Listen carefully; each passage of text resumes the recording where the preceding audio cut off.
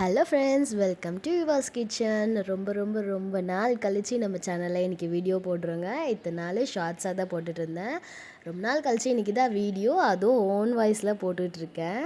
எல்லோரும் எப்படி இருக்கீங்க? நம்ம சேனலில் 1060 சப்ஸ்கிரைபர்ஸ் வந்திருக்கீங்க. ரொம்ப தேங்க்யூ.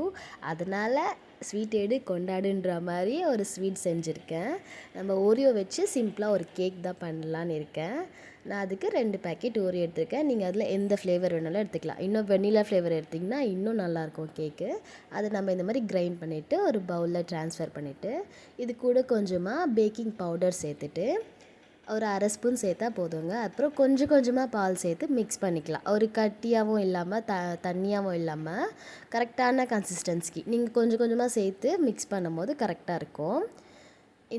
இந்த கன்சிஸ்டன்சிக்கு நம்ம மிக்ஸ் பண்ணி எடுத்துக்கலாம். இதை இப்போ நம்ம இன்னொரு பவுல் ட்ரான்ஸ்ஃபர் பண்ண போகிறோம். அதுக்கு நான் பட்டர் ஷீட் எடுத்திருக்கேன்.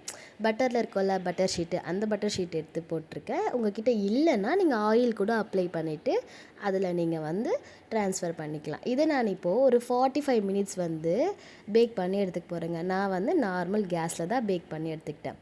அந்த கேப்பில் கேக்குக்கு நடுவில் கொஞ்சம் க்ரீமியாக இருக்கட்டும் அப்படி சொல்லிட்டு டைரி மில்கை டபுள் பாயில் மெத்தடில் மெல்ட் பண்ணி எடுத்திருக்கேன். இப்போ கேக் பாருங்கள், சூப்பராக பேக் ஆகிடுச்சு. இதை நான் இப்போ என்ன பண்ண போகிறேன்னா, ஆஃபாக கட் பண்ணிவிட்டு உள்ளே நம்ம மெல்ட் பண்ண டைரி மில்க் க்ரீமை அப்ளை பண்ணிக்கலாம். அப்படி இல்லை அப்படி சொல்லிட்டு நம்ம என்ன க்ரீம் வேணாலும் அப்ளை பண்ணலாங்க. அதெல்லாம் நம்ம இஷ்டம்தாங்க, சரிங்களா? நான் டைரி மில்க் க்ரீமை அப்ளை பண்ணியிருக்கேன். சும்மா லைட்டாக போட்டு இதுமாதிரி ஸ்ப்ரெட் பண்ணிவிட்டு, ஆக்சுவலாக உங்களுக்கு நடுவில் ஒரு உருவம் இப்படி போகிற மாதிரி வர மாதிரிலாம் ஷேடோலாம் தெரியும். அது யாரோ என்னோடய பையன்தான். கேக் செஞ்சு முடிக்கிற வரைக்குமே பக்கத்துலேயே தான் இருப்பார் அவர். என்ன பண்ணுறாங்க மம்மி, இது எதுக்கு அது எதுக்கு சொல்லிட்டு நிறைய கொஷின்ஸ் கேட்டுகிட்டே இருப்பான். அதை செஞ்சு முடிச்சுட்டு அவன் சாப்பிட்ற வரைக்கும் அவன் தூங்கவே மாட்டாங்க. நிஜமாக நம்ம செய்யறதில்ல, நம்ம பசங்க விரும்பி சாப்பிட்றதாங்க இருக்குது சந்தோஷமே. இந்த மாதிரி நம்ம மேலே என்ன வேணாலும் டெக்கரேஷன் பண்ணிக்கலாங்க, ஓகேவா? நான் டாப்பிங்ஸு நீங்கள் என்ன வேணால் பண்ணிக்கலாம். நான் ஜஸ்ட்டு ஹெர்ஷீஸ் க்ரீம் மாதிரி போட்டுட்டு இது மாதிரி டெக்கரேட் பண்ணியிருக்கேன்.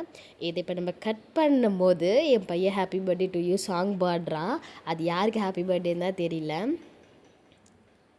நீங்கள் இத்தனை நாளாக எனக்கு சப்போர்ட் பண்ணதுக்கு ரொம்ப தேங்க்ஸுங்க. ரொம்ப தேங்க்ஸ். மறக்காமல் நம்ம சேனலை லைக் பண்ணுங்கள், ஷேர் பண்ணுங்கள், சப்ஸ்கிரைப் பண்ணிக்கோங்க. தேங்க்யூ.